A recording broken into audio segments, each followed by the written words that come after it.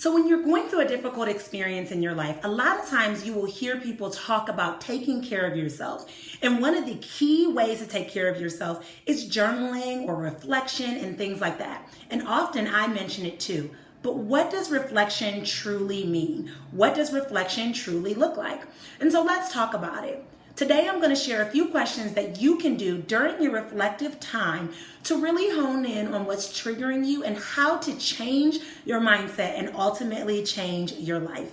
So the first thing that I'm going to ask you to do is to find a place where there's minimal distractions, good lighting, and a journal, and even a candle if you'd like to set the atmosphere. Allow yourself to have an open mind and go in with open thoughts so that you can really reflect on the things that are below the surface. Life requires a lot of us, and there's a lot of things that we're responsible for throughout the day. And so it can be difficult to find this time. But if you can't dedicate time to yourself and to your healing, you ultimately will not heal. And so you have to make this a priority, and you have to get people on board so that they can support you on that journey. So if it's your children or your spouse or whatever it may be, allow them to know that you need some quiet time to be able to dedicate to this reflective process. So reflection, let's talk about it. Reflection is the state of being aware and taking time to contemplate and think about things on your mind or below the surface. And so a lot of times our life is so busy, and so we don't have a time to really dig deep and see what's below the surface. But that's where a lot of our feelings and our triggers and our pains and our thoughts are. And so I want you to think about the thing that is causing the anxiety and depression in your life right now. What has caused that? What has been a recent trigger, a recent stressor that has caused these emotions? And I want you to think about when you first noticed yourself changing. What did you notice about yourself? Were you isolating more? Were you starting to get a little bit more nervous and anxious and not wanting to be around other people? Maybe you were more worried. Maybe you were more paranoid. What changed in your life? Now, this is where it's going to get a little bit more difficult. I want you to take a moment. Please do not rush through this, and ask yourself, what is it that you believe about this situation? Do you believe that you're unlovable and that's why you went through your breakup or your divorce? Do you believe that your job had it out for you and that's why they looked for a reason to get rid of you? Do you believe that your parents didn't do a good job teaching you about finances and that's why your house is foreclosed on or your car is taken? What is it that you believe about these situations? And ask yourself, how is this belief serving you? 9 times out of 10, the belief that you have about the situation is not serving you. It's keeping you in a stuck place and allowing you to play victim to your circumstance. And so I'm going to challenge you to do something that may be a tad bit uncomfortable, but will help you to take a step in the direction of your healing. I want you to ask yourself, what would happen if you changed what you believed about your situation? How would your life change? How would your emotions change? How would your relationships and your responses change? When you identify how your life would change by changing your beliefs, I want you to now think of what you need to replace those negative beliefs with in order to make them positive. So for example, maybe you say, I struggle, with feeling like I'm valuable and lovable because I've been through 2 really, really nasty breakups and 1 divorce. And so now I'm wondering if I could ever be loved. And if you live in that place and you accept that belief as fact, you're always going to question if you're loved. And therefore, you're always going to get in relationships where you settle for accepting things because you're not sure if you'll ever find anything better. But what if you challenged yourself to believe something different?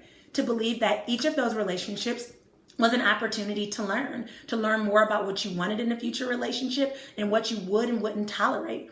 And you challenge yourself to make a list of all of the things that you look for in a relationship and promise yourself that you won't settle for anything less. That would be an actionable step that you could take. So after you identify what would happen if you changed those beliefs, I want you to identify an actionable step that you can take moving forward. What step can you take in the direction of these new beliefs? Ultimately, if you change your beliefs and your mindset, you can change your life. A lot of people don't know this, but our beliefs about our situation and our experiences is what determines the outcome. Yes, you may have gone through a really nasty breakup or a divorce. Yes, your house may have gotten foreclosed on. Yes, you may be alone because you're now an empty nester that your children moved out. Yes, all of these things may happen, but these happen to other people too. And there's some people that fare really well, and there's some people who stay in a victim place and a stagnant place. And what makes the difference between these two groups of people is their mindset. And so you ultimately have to work on shifting those negative beliefs, not just in your journal, but actually in your life. So once you identify what actionable steps you can take to move forward with the positive replacement beliefs, I want you to start planning those and moving in the direction of using those and implementing those starting today. So in your reflective practice, I want you to hold yourself to that you're going to start believing that you're lovable. You're going to start believing that you can learn about finances and restore your finances. You're going to believe that your kids are going to have a great time at college, even though you're an empty nester, and that you can watch them enjoy their time and learn from their experiences and learn what they'll share. Change your beliefs, not only in your journal, but in your life. And this begins with these reflective practices of really digging deep and honing in on what's triggering you and how you can change your thoughts and beliefs about what you're experiencing. I used to always say, oh, well, it's me, and why is this happening to me?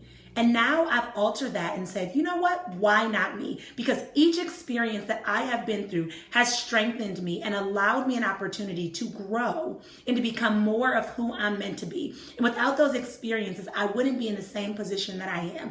And so I'm thankful for those challenges. I'm thankful for those struggles, because without those struggles, I would not have stumbled across my strength.